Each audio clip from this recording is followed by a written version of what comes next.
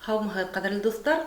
4 март Мәжит Ғафури исемендәге Башҡорт академия драма театрының сәхнәһендә күренекле эшмәкәр Ризаэддин Фәхретдиновтың «Әсмә йәки ғәмәл һәм яза» әҫәре буйынса «Әсмә» спектакленең премьераһы үтәсәк. Шул уңайҙан беҙ Башҡортостаныбыҙҙың эшлеклеләре менән ошо түңәрәк өҫтәлгә йыйылдык. Ризаэддин Фәхретдиновтың ижады һәм тормошо тураһында бер-ике кәлимә һүҙ әйтергә. Таныштырып үтәйем, беҙ тура эфирҙа эшләйбеҙ һәм пульт артында беҙҙең видеоинженер Илгиз Ғәлимов, алып барыусыһы мин, Эльвира Дәүләтбирҙина, әҙәбиәт бүлеге етәксеһе. Беҙҙең ҡунаҡтарыбыҙ Айнур Азамат улы Бирғәлин, Башҡортостан Республикаһы мосолмандары диния назараты мөфтөйө, Илшат Камил улы Янбаев, БДУ-ның доценты, Әхәт Ғөбәй улы Салихов, тарих фәндәре кандидаты һәм беҙгә Башҡорт дәүләт университеты студенткаһы Илүзә Һатыбалова ла ҡушылды. Ризаэддин Фәхретдинов, күренекле башҡорт мәғрифәтсеһе, яҙыусы, шәрҡиәтсе, дин әһеле. Театр тарихында ғөмүмән Ризаэддин Фәхретдиновтың әҫәре бер ҡасан да ҡуйылмаған ине әле. Ғөмүмән ябай тамашасыға, ябай уҡыусыға уның әҫәрҙәре ул хәтлем үк билдәле түгелдер тип уйлайым инде. Бик күп әҫәрҙәр яҙһа ла, уның әҫәрҙәре бит инде бына әлегә тиклем, түңәрәк өҫтәлгә тиклем аралашып ултырған саҡта әйттек бит инде, күберәк ғәрәп графикаһында яҙылған йәки ҡулъ аҙма рәүешендә һаҡланған. Бына тамашасыларға Ризаэддин Фәхретдинов тормошо һәм ижады тураһында һөйләп үтәйек әле. Илшат Камил улы, һеҙҙән башлайыҡ. Менә был ултырыштың әлбиттә мин форматын түңәрәк өҫтәлдең һөйләшеү даирәһен белмәйем. Шуға күрә ирекле һөйләшә тип аңлайым. Шуға күрә мин Риза Фәхретдиновтың биографияһына туҡталыуымда әллә ни кәрәкмәҫтер тип уйлайым. Һеҙ нисек уйлайһығыҙ? Биографияһын һөйләргә кәрәкмәйҙер. Уның ысын мәғәнәһендә энциклопедист шәхес булыуы тураһында бер яҡтан ул әҙип, икенсе яҡтан тарихсы, өсөнсө яҡтан күренекле дин әһеле, бөтә ғилемдәрҙе лә үҙләштергән һәм шул өлкәлә бик күп мираҫ ҡалдырған энциклопедик шәхес бит. Шуға һәр бер йүнәлеше буйынса айырым күп итеп һөйләшергә була. Бына театрҙың эшмәкәрлеге менән бәйле алып киткәндә Риза Фәхретдиновтың әҫәрен сәхнәгә сығарыу ул донъя мәҙәниәтендә була торған хәл. Хатта бәләкәй генә хикәйәләрҙән дә драмалар эшләп була, хатта комедияны трагедия итеп ҡуйырға мөмкин. Повестарҙан бына дигән театр күренеше эшләп була. Шуға күрә ул театр коллективының бөтә эшсәнлегенән тора, уның көсөнән, коллективтан тора һәм улар нимә теләй, нимә халыҡҡа еткерергә теләй. Шуға күрә драма әҫәре ул үҙегеҙ беләһегеҙ, унда лирика менән прозаның ул уҡмаш формаһы, анда мөмкинлектәр күп һәм бына һеҙ билдәләгән әлеге Әсмә йәки ғәмәл вә яза повесі нигеҙендә планлаштырғанығыҙ икән, ул пьеса эшләргә, спектакль эшләргә, докторәгә. Ул бик һәйбәт күренеш. Һәйбәт күренеш. Бына моғайын повестың хәҙер үҙенә күсергә кәрәкме инде ул? Нисек ул? Әйҙәгеҙ, килешеүләр, повест тураһында әйҙәгеҙ. Нисек уйлайһығыҙ? Бына был ғөмүмән проза өлкәһендәге, әҙәбиәт өлкәһендәге уның эшмәкәрлеге ҙур да тип әйтеп булмай бит инде Риза Фәхретдиновтың. Әгәр дә беҙ педагогика буйынса, тарих буйынса, башҡа фән тармаҡтары буйынса хеҙмәттәрен өйөп һалһаҡ, ул бик күп, бик ҙур. Шуның араһында проза өлкәһендә уның ни бар ана шул Сәлимә йәки Ғиффәт һәм Әсмә вә ғәмәл яза әҫәр. Ҡыҫҡартып ҡына Сәлимә, Әсмә тип йөрөтәбеҙ. Шул әҫәре. Оның «Таң йондоҙо» тигән тағы ла бер әҫәре булған, ҡул яҙмаһы ҡыҙғаныс ҡаршы юғалған. Уны ике әҫәр булыуына ҡарамаҫтан күп һөйләргә мөмкин, сөнки ул барлыҡҡа килгән майҙансыҡ, майҙан, ул беҙҙең Рәсәй мосолмандары, төркиҙәре, мәҙәниәте менән генә бәйле түгел бит ул. Әгәр ҙә иғтибар итһәгеҙ, ул башта теге ауыл мәдрәсәләрендә эшләп, аҙаҡтан Өфөгә саҡыртылып, ҡазый вазифаһында эшләй башлағас, уның битендә алдында бик күп эшләү мөмкинлектәре туа. Архивтарҙа шөғөлләнеү, дине назаратының үҙендә тупланған әллә күпме ҡулъяҙмаларҙы өйрәнеү. Унда теге хатта рәсми документтар менән эшләү. Бөтәле уның караштарын киңәйтә һәм ул бик күп ситтән алдырылган журналларда, газеталарда, гарәп телендә, фарсы, башка телләрдәге китаптарды ныклап укый. Менә әле Башкортстанда, белмим, Әхәт Улбаевич минең белән килешер микән, башка ул позицияле булган, ундай мөмкинлеккә ия булган эшмәкәрде, галимде мин белмәйм. Onlar шундый алтын фондка килеп ултыра бит инде һәм тиз арала бөтә фән юнәлешләре буенча бына дигән хезмәттәр яза башлай, бер артлы сыгыра башлай. Хәтта ул баягына әйтеп киттем, 35 яшендә ана казыйлыкка тәгаенләнә. Ул 5 китап Казанда сыгарып өлгергән була. Менә шул яшь булуына карамастан, аның белемле, укымышлы булуын күреп, аны шул казыйлыкка сакыралар бит инде. Нимә әйтергә теләйм? Менә бу мәгърифәтчелек хәрәкәте идеологларның берәүе буларак 19 буат, 20 буат башы Фәхретдиновның әлбәттә фигураһы зур.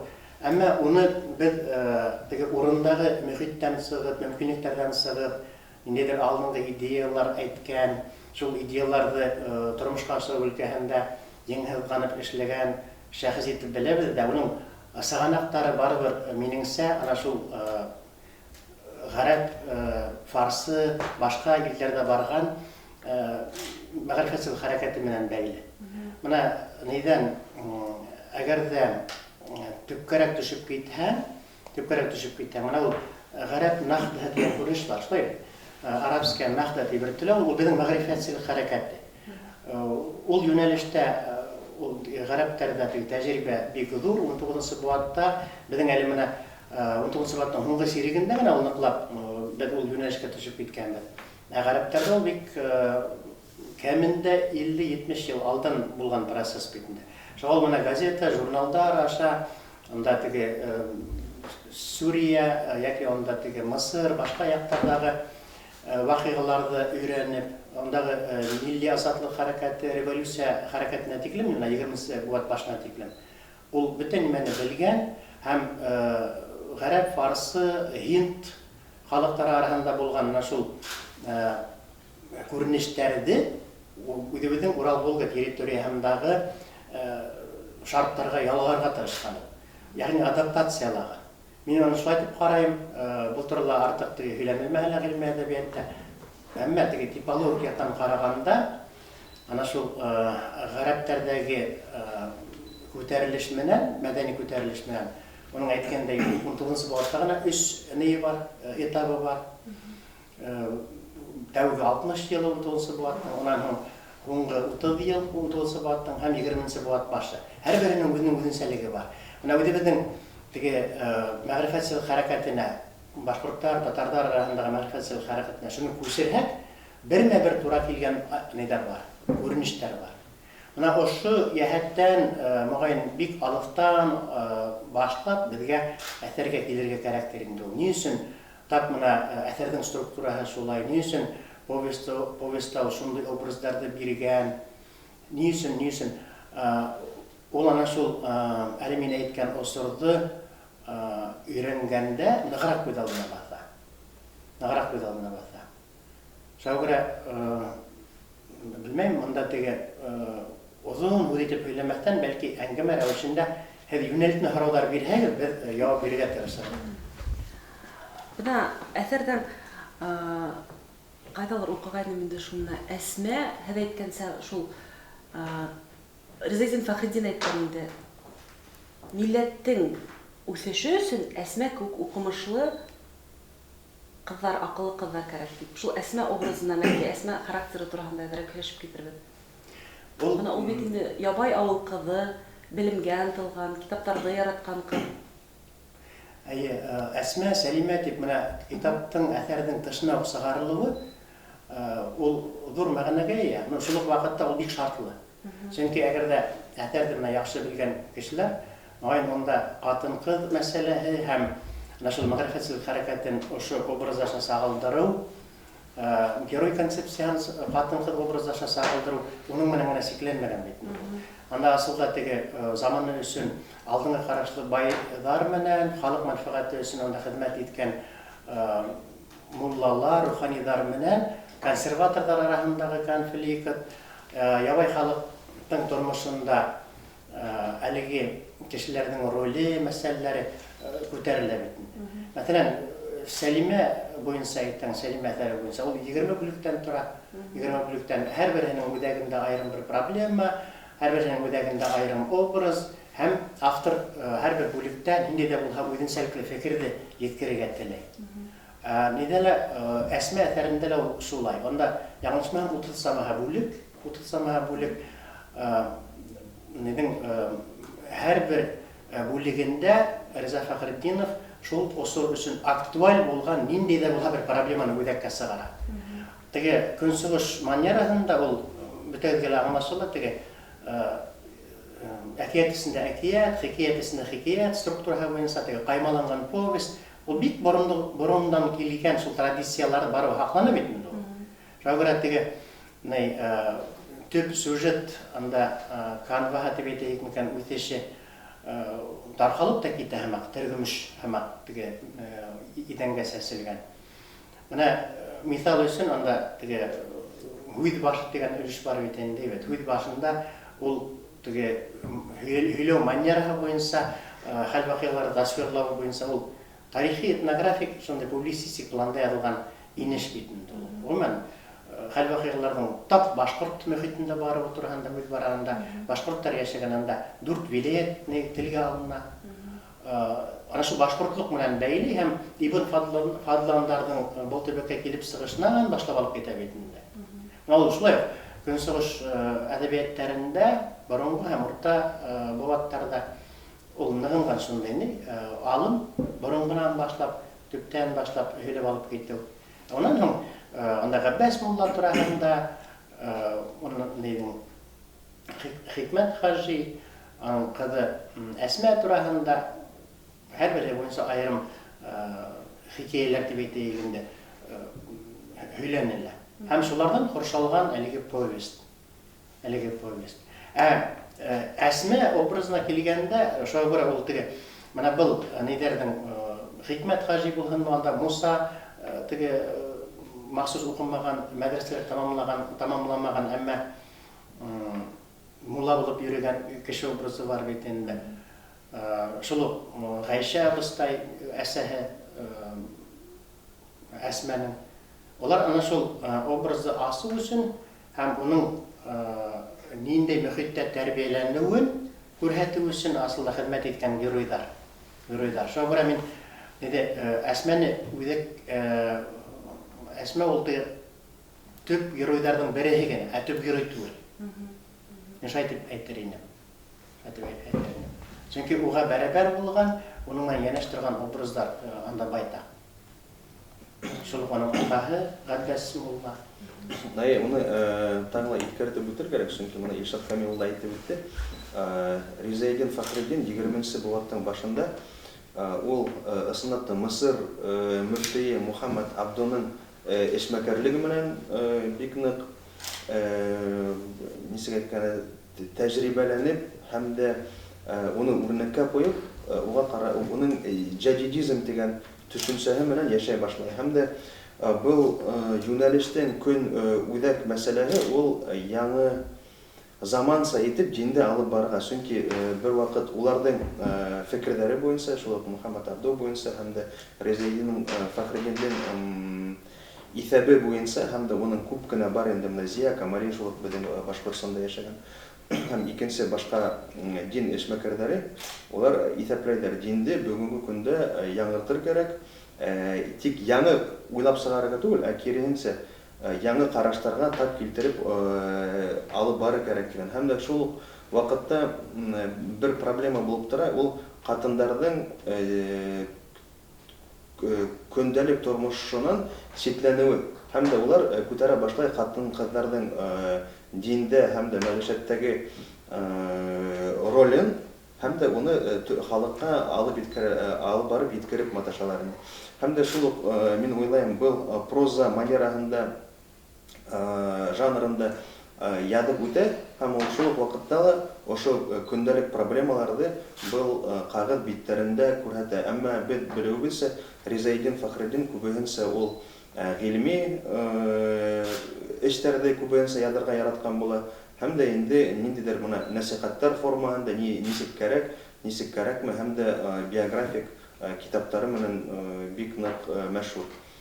Шуңа күрә без уны карарга тиешбез. Бу уның прозаларында ла ниндидер шәхестәрне тасвирлап үткәндә лә ниндидер шул җадидизм фикерләрен киң массага ул тарату инструменты итеп айлаган.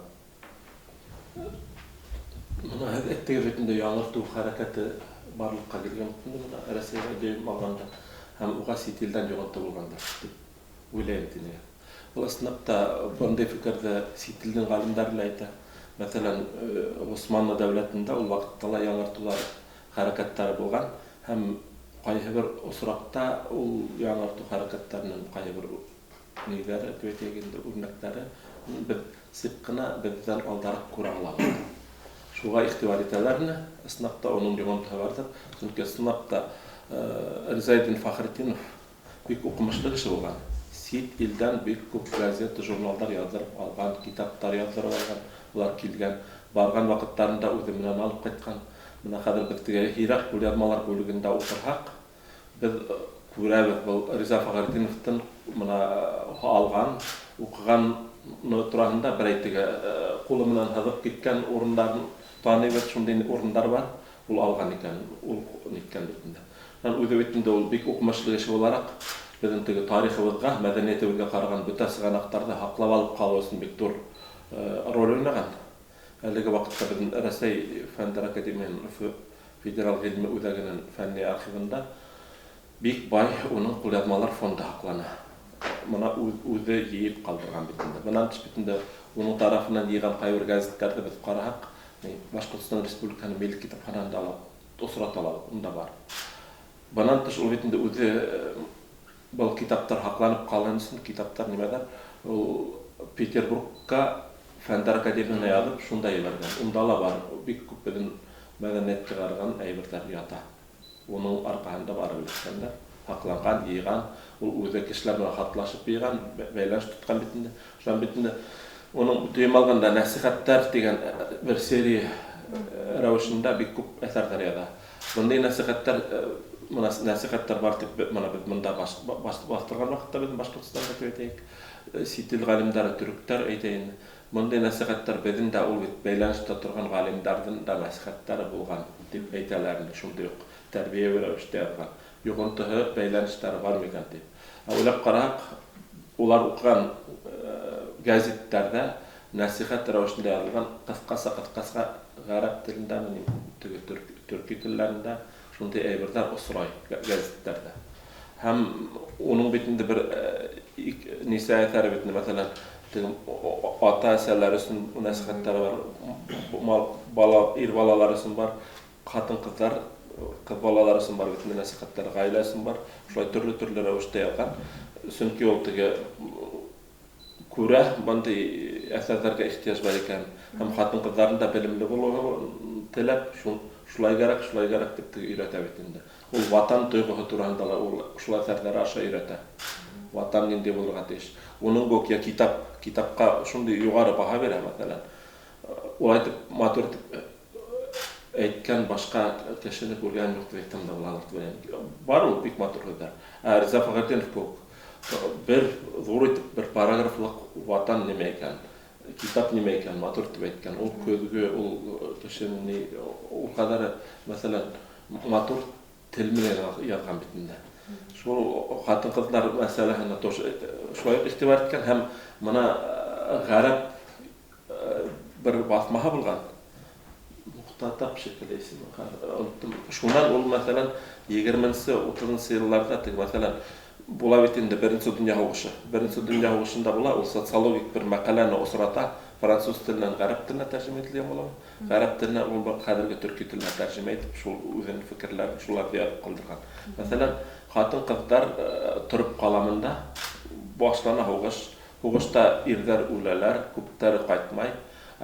Эшчеләр кирәк, эшләр итмәгәс, ул вакытта хатын-кызлар да эшкә алалар. Бұл Европа негізінде язылған бетінде, француз тілінің әдебиетінде. Мына шундай орынға ішке алалар да, ирләр қайта, бұнда эшләткән кешеләр бетінде, заводта эшләткән хожалары Хатын-кызлар арзанракка эшләйләр, бик яхшы эшләйләр, тәртипле эшләйләр, әйбәт эшләйләр.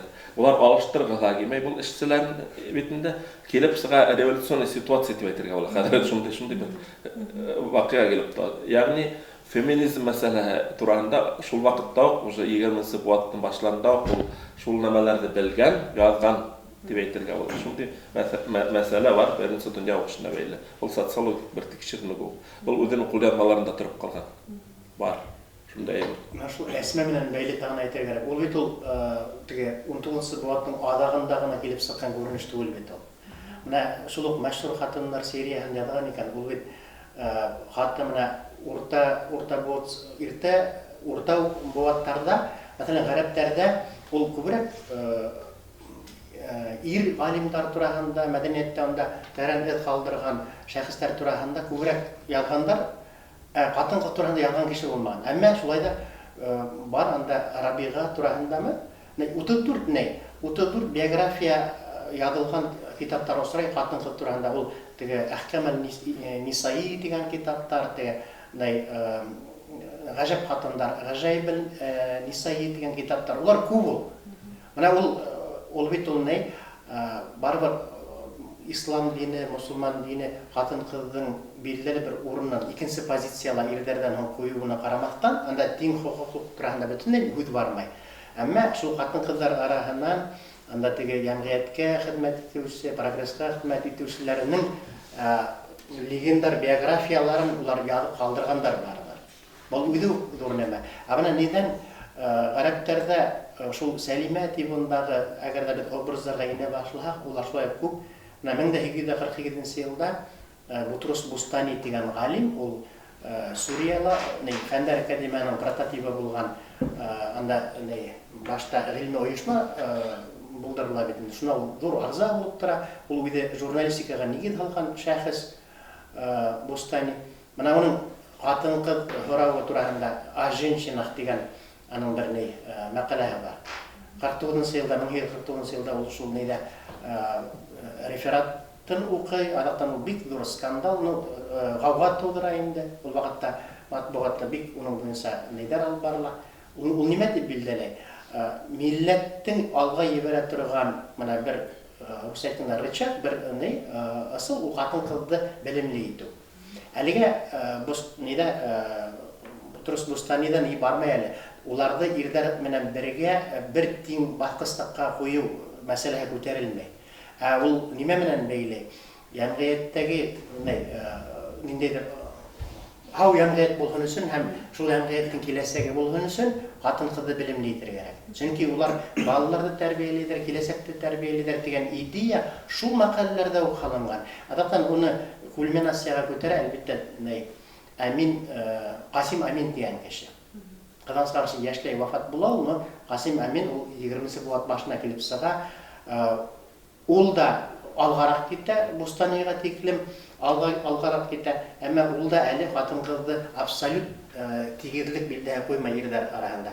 Уларга ул сәяси үҙаллылык дигән мәсьәләләр ул бик хак эшләргә уша. Ягъни хатын-кызды сәяси мәсьәләләргә кыстырмаска өндәй. Башка яктан ул тулыгынса хатын-кызга ирек бирү ягында. Уны белемле, мәдәниятле, тәрбияле итү. Чөнки бөтә теге гыйфләт юкыгында яту, төрле имеш-мимештәргә ышану кебек әйберләр бездә шул тиклем яnsıта дип яза. Хатын-кыз иң беренче шуның өчен яwaплы, ул әгәр дә белемле булса, тәрбияле булса, безнең прогресс шундый күтәрелеп китер инде. Нидән конкрет менә шул хатын-кызды үзәккә куеп язган әсәрләр 1913 елда гына языла гарәпләрдә. Ул Мөхәммәд Халайли шикелле автор. Уның Зәйнәп дип аталган повесте бар. Менә әгәр дә ошо контекстта карай башлаһаң, ул Риза Фәхретдинов ул бөтә ул мәсьәләләрне белгән, ул бит матбугатта укыган, китаптарда укыган. Шуңа ул безнең ерлектә снапта новатор булып сыгыш яһа ала. Дүйім ғарап мусулман әдәбиятында ул традиция. Ул хатта яңалык та түгел. Безнең өчен, безнең ерлек өчен ул беренчеләрдән булып шуларда күтәреп сыккан икән һәм уның ошо концепцияһы хатын-кызы үҙәккә куйыбыраҡ ижад итеү ул башка язучылар тарафынан аҙаҡтан алынып кителә. Абзал Таһировтарда, Закир Һалыйҙарда башка язучылар уны күтәреп алып китә. Хатта сюжеттары, образдары, нәйҙәре уларҙың бик яҡын. Ғөмүмәнләштереп әйткәндә, Ризаэддин Фәхретдиновтың маҡсаты ул ҡатындарҙы, заман ҡатындарына тәрбиәләү түгел, ғөмүмән әйткәндә, яҡшы һәм дә ғилемле йәмғиәт төҙөү. Һәм дә осраҡта ул аҙаҡ ҡаҙый һәм дә мөфти булған осоронда күп кенә имеш-мимештәрҙе фаш итә.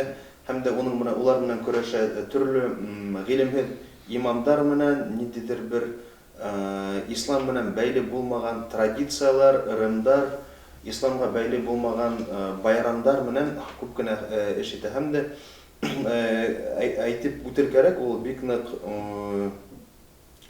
ниндәй кеше булған. Ул ҡурҡмаған бер бик ныҡ батыр аҙымдар эшләгән кеше булған. Сөнки йәмғиәттә күренмәгән әйберҙәр тураһында иң беренсе ул яҙып сыға, һәм дә хатта беҙҙең ерҙәрҙә ниндәйҙер бер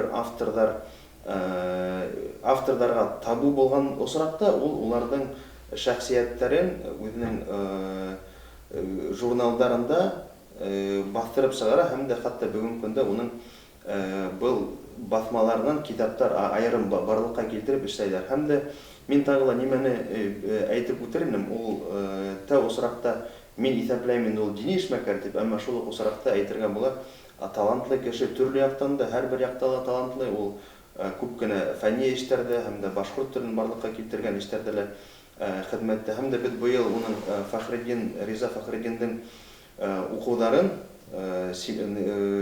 түңәрәк өҫтәлдәрен уҙғарырға планлаштырғанбыҙ. Һәм дә ысын әйткәндә Рәсәй Фәндәр академияһында уның 40-ҡа яҡын дип иҫәпләнек ҡулъяҙмалары һаҡланып ҡалған. Һәм дә ниндәй бик прогрессив һәм дә киләсәкте күрә белгән һәләтле кеше һымаҡ уны әйтеп ҡалдыралар. Хатта яҙылған ҡулъяҙмаларында ла икенсе авторҙарҙың беҙ күрһәбеҙ, нисек врачтар яҙыуынан яҙылған булһа, Ризаэддин Фәхретдиндең каллиграфик яҙмаһы һаҡланған. Әйтерһең дә ул беҙҙең бына быуынға әйтеп ҡалдыра. Быны матур итеп яҙғанмын, аңлайышлы, һеҙгә ҡала уны алып уҡырға ғына тип. Шул планлаштырылған. Һәм дә бик бер ҡыҙыҡ факт. Ул әйтә, мин бәлиғ булған ваҡыттан ҡояш ҡалҡҡансыға тиклем йоҡларға ятманым ти. Тимәк, ул төнө буйына таң атҡансы уҡып сыҡҡан һәм дә фән менән шөғөлләнгән. Һәм дә был, әлбиттә, беҙҙең, мин әйтергем, Ризаэддин Фәхретдиндең биография хаҡында ла тағы ла ниндәйҙер бер драмтеатрҙа бер постановка ҡуйыр кәрәк, иншалла. Һәм дә ул, ысынлап әйткәндә, беҙҙең халыҡтың бик ныҡ ҙур гәүһәре итеп әйтәйек, ғалимы. Һәм дә әйтер кәрәк, беҙҙең халыҡта ғына түгел, уны ғөмүмән бөтөн Рәсәйҙә, һәм дә уның бар бит инде Сауд Ғарабстанына Рәсәй исеменән дипломат булып барып килеүенә лә, һәм дә әлбиттә ул уның ҡалдырған миратын беҙгә артабан да өйрәнергә һәм дә киләсәк быуынға, бөгөнгө быуынға еткергә. Һәм дә уның әйткән эштәре, ҡалдырған эҙе, ул башҡорт халҡына ғына актуаль түгел. Шул уҡ ваҡытта ул беҙҙең Рәсәй халҡына, ул бөгөнгө көндә бара патриотик мәсьәлә, башҡорт, татар, марый, урыҫ булуына ҡарамаҫтан патриотик ҡараштар беҙҙең ғөмүмән ҙур дәүләттә йәшәгән саҡта ул хатта Ризаэддин Фәхретдиндең яҙмаларында сағылдырып ҡалынған була. Әгәр дә ул яҙмаған булһа, беҙ күп кенә ғалимдар тураһында белә алмаҫ инек. Мәҫәлән, ул яҙып ҡалдырған. Ул яҙып ҡына ҡалдырмаған. Ул кемдән ишеткән, ҡайҙандыр күргән, ҡайһы китаптандыр күреп, күсергән бит инде. Һәм шул уҡ мәғлүмәттәрҙе ул яңынан тикшергән. Ул шул ауылдарҙа, мәҫәлән, газета, журналдар аша уҡыусыларға мөрәжәғәт итеп, ул миңә шундай информация бәрегеҙ, миңә шул турала яҙығыҙ тип һорап торған. Һәм уға ҡайһы бер ауылдарҙан ғәрәпсә яҙылған ҡәбер таштарының яҙыуҙарын күсереп йөргәндәр. Шул муллаларның исемдәрен, кемнәрнең я башка бер галим кеше, я күренекле бер кеше булга, кемдер булды һәм шундый. Шулар турында язып бергәннәр. Шулай ук теге моны биография бармы? Моны шул буатта биография теге яшәгән шуның шигыры моны шулай дип алып карап, әгәр ул булманы һәм без мәсәлән күп кенә монда теге ни, хәтта без белмәгән нәмәләр бик күп. Мәсәлән, белмәгән шагыйрьләребез теге ныклап актив кулланмаган исемнәр яман тулы һәм әсәрләр дә байтак. Шуннан икенчедән ни уның әсәрләренә килгәндә моны хатын-кызларга бар бәйле бит инде. Ул безнең Башкортстан гына түгел, мәсәлән, дөйем алганда Рәсәй күләмендә лә, мәсәлән, безнең теге төрки халыклары арасында тәүге теге әсәрләр теге хикәяләр дип әйтергә була, повестлар дип әйтергә була. Тәүгеләр бит инде. Ул вакытта әлбәттә теге хатын-кызларның исеме менән ул мәсәлән 20нче буаттың башларында байтак кына әсәрләр сыга, ул башка мәсәлән теге төбәкләрдән теге нидәре авторлары тарафынан роман гок, хикәя гок, повесть гок исемдә хатын-кызларның исемнәрен куеп шундый теге ни романдар барлыкка килгән бар, андыйлар бар. Аны уның тәүге яшь сагында күбрәк ниткән эшләгән вакытта, иҗат иткән вакытында, мәсәлән, был романдар уның тәүге әсәрләреннән дип әйтсәк тә була бит инде, үзенең дә һәм дөйем алганда теге әдәби әсәр буларак та тәүге әсәр бит инде. Менә жанр ятына эшләп башлаган ул кызык инде. Теге әле бит без нидән көнсыгыш традицияһеннән әле баш тартмаганбыз һәм шул ук вакытта теге рус мәдәнияте аша аралашсы бит инде ул. Без әле Европага илеп барабыз. Шуңа күрә көнсыгыш хаклана, көнбайышты өйрәнәбез. Менә шул урталыкта торган бер шундый вакыт бит инде. Шуңа ул роман дип аталһа, асылда ныклап карай башлаһаң, ул роман түгел. 15-16 битлек әсәр булырга мөмкин. Менә Әхмәт Зәки Вәлиди китапхананы карайһың, башка фондтардан да. Моны хәтлем генә юка гына әсәрдәр тышына зур дип торып роман дип язылыр да ул яңгыратып. Нитап башлаһаң, ул бәлки генә хикәя булып сыга. Я филиетон дип әйтәләр, ул мәкалә булса. Я булмаһа, нидән сәяхәтнамә, аны башка төрле язырга мөмкиндер. Теге жанр арам уталыш шул хәттем зур. Менә бу нидә Сәлимәне ул хикәя дип бирә бит инде. Хәзер галимдар уны урта форма повесть дип исбат итәләр. Шул ук менә әле менә театр тотынган Әсмә ул Гайса Батырбек уны роман дип атай. Ну, Ренессанс повесть дип яза бит инде. Кем? София Бәгәйкене повесть жанрында башкорт әдәбиятында беренчеләрдән булып Ризаэддин Фәхреддин иҗат иткән. Илҗәйдә фикереңдә әйт, пожалуйста, әйдә. Шул әйтеп үтәм дигән повесть жанрында Ризаэддин Фәхреддин башкорт әдәбиятында беренчеләрдән булып язган. Менә ул повесть дигәндән мөгаен теге монда үз алып барырга кирәк. Жанр төшенчәһен булдырганда без ниндәй әдәби теоретик система белән эшләйбез. Әле традицион система дигәндән без барыбер аңлайбыз. Европа әдәбият гыйлеме талаптары. Әгәр традицион дигәндә безнең менә фәндә шулай ныгынган, ул көнбайыш система күзендә тотыла. Шуңа күрә менә Гайса Батырбековның роман дип әйтүендә уның безнең өчен бер плюс ягы бар. Ул безнең романистиканың тарихын тәрәнәйтеп бирә. Мәсәлән, менә әгәр дә татар туганнарга карасак, улардагы тәүге роман ул Гали Ибраһимовның Тәрән тамырлары исәпләнә. Ул яңлышмам 1910 еллар. Тулы канлы, менә шундый традицион форматтагы роман рәвешендә ул йөри. Фәхреддиновның әлеге Әсмән роман дип атаһаң, бул яктан безгә файдалы. Менә бездә роман иртәрәк туды бит әле дигән шул фикерне генә. Шул вакытта Гайса Батырбековның килешеп тә булалар. Чөнки исматта теге образдар күп, анда сюжет бик катмарлы үтешә. Башка нәмәләре теге заманса хәзерге романга ынтылыштагы бар ул, шулай бит. Хатубай шунда. Нигә Европа фикерләүгә якын килгән урындар бар. Күбрәк көнсыгышта хаклы инде ул. Барыбер. Шулай да шуга бәлки бу әсәрдә теге көнсыгыш көчле күренә бит инде үҙелә белә шул мөхиттә яшәй, таный һәм шулай ук бит инде ул вакытта бездә бит инде безнең төрки телләрендә теге рус телләреннән укыган әдәби әсәрләрдән йогынтыгыла башлар. Чөнки ул бит бар, чөнки ул гомумән алганда ул вакытта шундый әсәрләрдә укыгандар, мәсәлән, хатта тикшеренү алып барганда ла, я китаптар алып барганда ла, хатта юриспруденция булса, мусулман юриспруденция булса, кайбер вакытта рус әдәбиятыннан рус телендә тәрҗемә ителгән башка телләрдән булган әсәрләрне безнең төрки теленә киренән тәрҗемә иткәннәр. Хатта шундый кызыклы бер күренештәр бар. Мәсәлән, мөнәҗәттәр, әйтәйек, ул бит безгә генә хас әсәр булып, шигъри әсәр дип кабул иттек, мәсәлән, рустаннан тәрҗемә иткән әйберләр бар. Ул да мөнәҗәт дип атала. Шуңа бит моны кызык. Һәм ондай белмәгән нәмәләр булуы байтактыр әле, тикшерергә урын бар дип уйлыйм. Күп ул һөйләгән менә шул хатта Кисса Юсуфты алып кара, аны бит кисса дип йөртә. Жанр буенча дастан бит ул. Жанр буенча бөтә талаптар буенча дастан. Ул бик борынгыны әгәр дә бәләккә килә башлаһаң, андай буталсылыктар теге жанрдар арасындагы сиктәр бик не. Мин итәпләйем нәйтеп,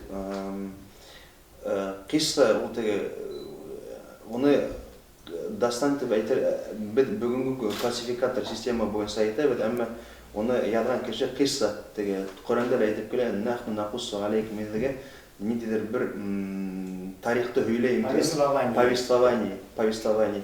Шул хикаят ул моны бер теге тарих, нимәкәй, хикаят һөйләү килеп сагатам. Тоже моны шуга бәлки әйтергә булалар, уларның теге хикаяты ул гарәп хикаяләренә туры килер, яки киссаһы гарәп теленнән күбрәк теге әйткәндәрдер. Бүген көндә без икенче төрдә икенче система яшәйбез. Кисса димәк бер нимә дастан, икенче нимә хикаят, ул бер төрле романы катмарлара. Шулай бәлки шуга ла нидер атамаларда ниндидер бер үзгәрештер. Әмма ысынлап та миндә теге кирәк кулъязмалар бүлегендә китаптар кулъязмалар бүлегендә эшләп киттем. Монда ысынлап та күп кенә әйберләр яңгыраган исемләр менә, әмма үзләре бик бәләкәй генә күләмдә. Ул теге жанр тарихи категория бит инде. Хәтерләйсезме бит? Тарихи категория. Без бүгенге романды 60-70 еллар романынан сагыштыра алмыйбыз. Менә караганда Яныбай Химматовтың пенталогия сагыштырды. Хәзерге Ренат Камалдың яки анда трилогияны, хәзерге трилогияларны сагыштыра 20 күгара. Хәтта күләм мәсьәлә буенча караганда да. Буны һәр бер жанр буенча шуларның эволюциясын күзәтеп хезмәттәр язарга була. Абына Риза Фәхретдинов иҗат иткән осырда әдәбият төшенсәһе ул әле деформация кисергән осыр. Менә игътибар итәгез, ул вакытта ул географик планда, тарихи мәгълүматлар йиткергән, этнографик шундый ниләр, бөтә шул язма ниләрнең йыелма әдәбият дип йөртелгән. Сәяхәт нәмәләр, тарихтар, башка нәмәләр бөтә әдәбият киенгән бит. Бunda хикаят повестьлар булмаган ди. Ай. Бunda 20 сыбат башына килеп сыккас, хәзер теге Көнбайыштың йогынтыгы көчле, үзгәреш теге синкретизмнан котыла башлайлар, теге схоластикага хезмәт итү дигән нәмәләр котыла башлайлар. Яшәр матурын түгел, 19 сыбатның алагына тиклем әдәбият, ул философия һәм хукук динди пропагандалауга хезмәт итте бит инде. Шуның әдәбияттың йөкмәткеһелә, тәгаенләнешелә, башка мәсьәләләргә аерыла. Шуңа теге нидән жанрын кемдер хикаянын алып, повесть романга тиклем төрле саты икән, монда кайбер моментлар аңлашыла нисен шулай икәнлеге. Кайһы нидән сыгып карайһың бит, кайһы осырдан сыгып карайһың. Шуңа буталсылыктар бар иде. Жанрдан телгә генә күсеп китәйек әле. Безнең сәхнәгә, сәхнә версияһын Шәүрә Шакурова язды. Рәшит Шакурның кызы бит инде Рәшит Ризаэддин Фәхретдиновтың әсәрләрен сыгарган кеше дигән хак инде. Моны без сәхнәгә сыгарганда, әлбәттә, Шәүрә менән сәхнә теленә икенче төрлерәк, башкорт теленә, хәзерге башкорт теленә яраклаштырыбрак эшләнә инде. Ризаэддин Фәхретдиновтың үзенең теле әзрәк кенә катмарлырак. Ул гыйльми әсәрдәр, гыйльми нидер эшләгәс, Бүгінгі күнден сығып әлбетте іштір керек. Чөнки хәзерге һүзләр менән кешегә барып китерлек итеп, еңел аңларлык итеп эшләргә кирәк бит инде. Мәсәлән, шундый бер теге үзебезнең тәҗрибәдән алганда, уның бит инде бер-ике мәсьәләгә тукталып китәргә теләйм. Беренче, мәсәлән, насихатлар менә тел тинеге бит инде. Насихатларны башкортчага тәрҗемә итеп әзерләгәндә, без каранык, укынык, башкортлаштырырга булдык. Хәзерге әдәби телгә карата якынрак, кешегә аңлаешлы булган ди. Чөнки язылды һина, ул һөйләмдәре киренсә ул ихтимал нисеп була. Уның әсәрен теле лә үзенең борынгы телен алды һина, уның теле бит инде кайбер урында нык борынгы саяда теге Османлы телендә да, безнең теге нидә хәзерге кулланган телебездән аерыланып кына. Шуңа буны әлбәттә теге хәзерге телдә әзерләүгә бик дөрес инде әлбәттә. Икенче яктан уның журнал үзе бит инде редактор булып эшләп бит, Шура журналының редакторы. Шул вакытта ул бит тел ярышы дигән дискуссия оештыра бит инде. Һәм төрле төбәктән һәр кем үзенең телендә бездә шайтып сөйләшәләр дип үзенең ягыннан теге әкияттәрме, нимәләрме, үрнәктәр, мәкаләләр язып бирәләрме, бездә шулай дипме. Менә башкортларның төрле төбәкләреннән дә менә безнең телебез шулай дип теге ярышка катнашкан кешеләр булган. Ул вакытта мәсәлән теге бик билдәле теге безнең галимдарыбыздан теге Гарифулла Кииков шул ярышка катнаша. Мәсәлән, Учалы ягыннан теге нидән бер мулла катнаша, башкорт шул уллактагы башкортларның һөйләше буенча мулла язып бирә бит инде. Шундай әйберләр була. Әлбәттә, бу ярышка казактар да төрле төбәктән үзләренең теге материалларын биреп, үзләренең телдән моны шулай дип бит инде. Чөнки уның журналындагына мәсәлән теге ике тел, өч тел дигән мәсьәлә килеп туа. Элекке борынгы төрки теленнән тыш, мәсәлән, бездә шулай, мәсәлән, һәр кемгә үзенең теле якын дигән төшенчәле шундый теге исемле мәкаләләр басылган. Шундый нәмәләрне күрергә була. Бу безнең мәсәлән телдән тегене яңартылуына, нимәләрне, мәсәлән, Риза Фәхретдиновтың әлбәттә өлеше зур кергән.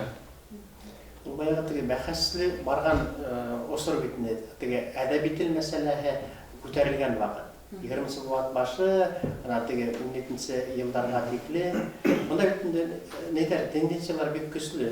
Аны һөйләгән узак, аны шулай да менә кемдер әйтә бит инде. Бөтә Россия мусулманнары өчен уртак әдәби тел булган, әйдә бөтә телләрне алабыз да төрки телләрен. Шуннан бер уртак бер знаменатель килтереп сыгарайык дип тәкъдим итә. Бер әйтә татар теле булган ди, бер әйтә бөтенләй теге Османлы теле булган ди. Гарифулла Кииков әйтә бит инде, таш башкортча язам дип язган. Менә шул. Теге таш башкортча дип беләбез, шул мәгънәне. Шуңа теге үзенә күрә теге Мөхәммәд Үмәтбаевтар Үмәтбаев башкорт теле өчен сыгыш яһаган Каюм Насыри татар теле өчен бит инде. Ул тарих бетәдәгә билгеле. Менә ошо юнәлештә караганда баягы тел сабышы дип атайлар аны. Тел ярышы. Аттан китапта булып сыга бит инде. Ул ана шул мәсьәләне хәл итүгә юнәлтелгән бит инде. Халыктың фикерен белү өчен, ничегрәк яза икән дип. Булай әлбәттә драма әсәре ул спектакль итеп әзерләнә икән. Ул тел яһәтеннән генә хәзерге башкорт телендә булырга тиеш түгел. Анда һәм нимә күрһәтергә теләйгез, нинди проблемалар күтәрергә теләйгез. Ул 20 быуат башындагы ситуация менән хәзерге заманнан аваздаш булырга тиеш бит. Ул драманың драма гомумән әдәбиятта шул вакытта үлемһез һәм актуаль, әгәр дә шунда әйтелгән фикердә тасвирланган идеялар һәм башкалар темалар бүгенге заман өчен актуаль булга. Аның юк хәбит аның мәгънәһе юк. Мәгънәһе юк. Шуңа бүгенге көндә нимә? Менә шул ук әсәр белән әсмә белән нимәне бәйләргә мөмкин? Хатын-кызларның тәртиплеге, тәртип нинди тәртипле булырга тиеш һәм гаиләләр ничек булырга тиешлек белән бүгенге көндә хатын-кыз мәсьәләһе. Бәхәсләшә торган урыннар күп бит монда. Хатын-кызга без хәзер күп итеп хокуктарды биреп куйдык та. Бүген көне нәтиҗәһен карагыз. Нәтиҗәне карагыз. Балалар юк. bir bala, iki balama şekillenedi. Bana ben atay olarak iki balama şekillenedi duram. Şunu aktual, oşu eter nigidinde şu ahuktarı bulalayın. Tertipsizlik meselehi, beyhizlik meselehi, ana eterden dışına sağırıp koyulgan, ol riffet degen söz, ol saflık, tadallık, ol көңіл turuşu bilen de beyli. Onun terbiyeliliği meselehi, şöyle değil. Bu mesele mesela tanqidçinin fikrini aytaman başqa. Ilaş bu o'zi arala ilashganda shunday bir nima deydi. Va ayta, buni qaybir asarlarda o'qiyimnati, ular masalan tege bizde bütün xarakter irlerde ya da xatınlarda ya da buna qayberlerden xatın közligine xatın tege əsəri romanı deyək, şunun yönəlişdə yazılğanlarda болады. Mesela bütünde eğer o özünün keserişini indi bulayken ama şunu sağıldır o ihtimal. Mesela özünün problemaları bulayken dünyada durmuşta evet. Mesela o bütünde ya da o ihtimal desek. İrderde yaxşı mesela heroi, ata yaxşı bir hevet. Buna o örnek bulurluk tip görete bütünde özünün problemi varken şunu romanına ya eserine kitap kirteyken bu hem tegene nasar nime şunday bir nemaga barıp bite tegen var tegen şunday yığıntı. Mesela şunday oknamani mesela ikinci ideal şulay qazdyna mana xatında nasar te o ikinci bir neme bitinde. Şuga ölümsüzlük bir eser yazhalar. Bezlerini oqarga te hem şunday. Mana dramanın ödegene koyamten ol genderlik meselehe eğer de qатын kız автор hem автор onu şulay ikinci mesele iyi.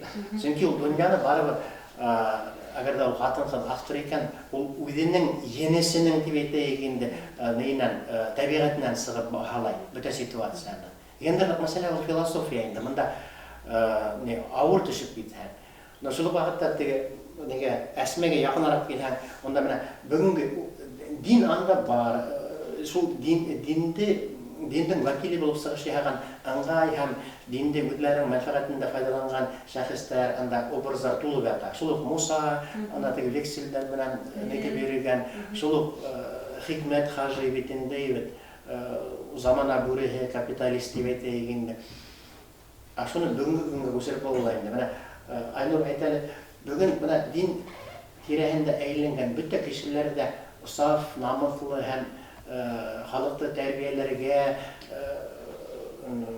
şunday tırışıp yatkan kişiler belli arasında spekülasyon oluşkan, vayıldı maksat edip koyulan şunday kişiler de var. Үкініске қаршы біз діндігіне бұнда әдір айтып өттік деге бізді қараусы кешілер айтыр, динде шундай кешілер қорқыныс екен. Біз ғұмымен алғанда мұны айтайық, мұнан шура журналын қарағанда онда яңалықтар бөлігі бар. Яки икенсі 20-сі болаттың башындағы журналдарды қарағап, айтырға бұла негіне етмей. Бүгінгі замансы оформленияны етмей. Қаған онда переплеттары, матурғында рекламалар беруі, форматы, ненділер яңалықтар ядуы, ол бүгінгі күндегі журналдарға тап келі. Хатта СССР вақытындағы мұна шулық журналдарды қарап, олар көпке маркетинг қараштан, яки информацияны беру қараштан 20-сі болаттың башындағы журналдардан қалыша. Стилистик оформление бойынша элекке журналда 20-сі болатты ол көпке қыдығырақ. Айтырыңда бүгінгі күндегі мұна ұшын алып, бүгінгі заман дизайнерына берген, ол мұна заманды дизайн келіп сады. Хәмді қарап отырған яғылықтарды шолып мұна бүгінгі күндегі хәлдер. Онда нендедір бір комедик яқтан информацияны тәқдим еткендер, кімдір кешінекі немендер ұрлаған, нендер қыдық хәлге осыраған, шунда яңалықтар бар. Мен оқып отырдым да, мен қыдық. Хәмді фотолар бар. Біздің Өфі қалаған бутиктар, нендер тышқы наружная реклама деп айтады, оформление бик матур болған. Әмма мына совет мәлінде бүтәнді теплаштырып өттілер, адағынан бүтәнім емені құрып өттілер. Бүгінгі күнде генә нендер біздің бар отделы рекламы, внешнего вида, шаның архитектура, бір теге архитектур стиль болырға тек шурамдарды. Hem de мен айтырға тілейім, тарих ол мұна циклман келі. Шул ук вакытта менә элек менә 100 ел нинди күп проблемалар бар. Диндә, мәсәлән, шул ук проблеманы бүгенге көндә лә тагы да осратырга була. Теге замана әйләнеп кайта. Шул ук проблема хатындар белән ирләр арасында була. Уны тарих нисәр тапкыр башы аша үткәргән һәм кешелек нисә тапкыр уны яшәп үткән. Һәм дә әйтәйек, теге дин әһелләре дип мин әйтмәсем, дин әһелләре арасында шундый кешеләр бар. Димәк, мин әйтермен, бүгенге көндә моны рус теленә әйткәндә сырьё. Бүгенге көндә халыктың арасында саткан безнең моны шулай әйтәйек, Башкортстан халкы арасында сырьё бик нык теге насар сифатлы. Сифаты хай һәм дә шул ук моны университетта эшләгән кебек теге абитуриентларның кимәле кәмерәк, шул ук вакытта Ризаэддин Фәхретдиндән нәсихәтләре бик нык актуальга әйләнеп китә. Мин бәләкәй чакта укыдым, әйтәм, монда қолдан егу, нисек ата-әсәгә, нисек кәләш булырга тиклем нәсихәтләр язган. Бу әйтәм, кемгә кәрәктер бөтенләй теге Ризаэддин Фәхретдиннең язган нимәләр дигән фикердә инем. Үсә килә, был момент киресенчә актуальләште. Чөнки моны шул ук дөйем урындарда, моны җәмгыять урындарында шул бәдрәфтәрдән башлана, онда хавындары йетмәй, нимә кешеләр кулдарын юмай, шанык моны пандемия килеп итте, тагы кешеләрне өйрәтә башлана. Кулды юырга, битте юырга, танауды юырга, әйтер инде тәһарәт алырга гына өйрәтәләр. Хәзер моны шул ук моны кирәкле нимәләр, буны ябай гына уйлап чыгармагандар да. Һәм дә әйтәм, тагы халыктың дөньяны аңлау кимәле хаяя.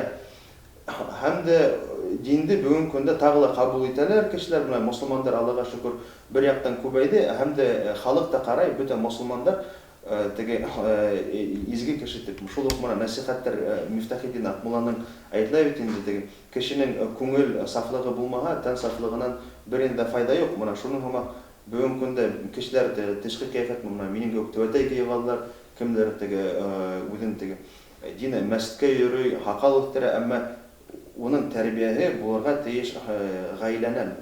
Һәм дә әйтелә бит инде, һәм дә кешеләр кайгылар, мин бит мусламан, дин кеше не улай дип эшләйм. Моны теге кешеләр дин әһеле түгел, бу яктан караган, анализ биргән кешеләр дөрес күзлектән карамый, чөнки без карага тиешбез. Өченче, дүртенче буынга гына кешенең ниндидер бер ысынлап бер материал сыга. Әгәр дә улар зыялы гаиләнән икән, уның ияне ысын зыялы кешегә әйләнеп китә.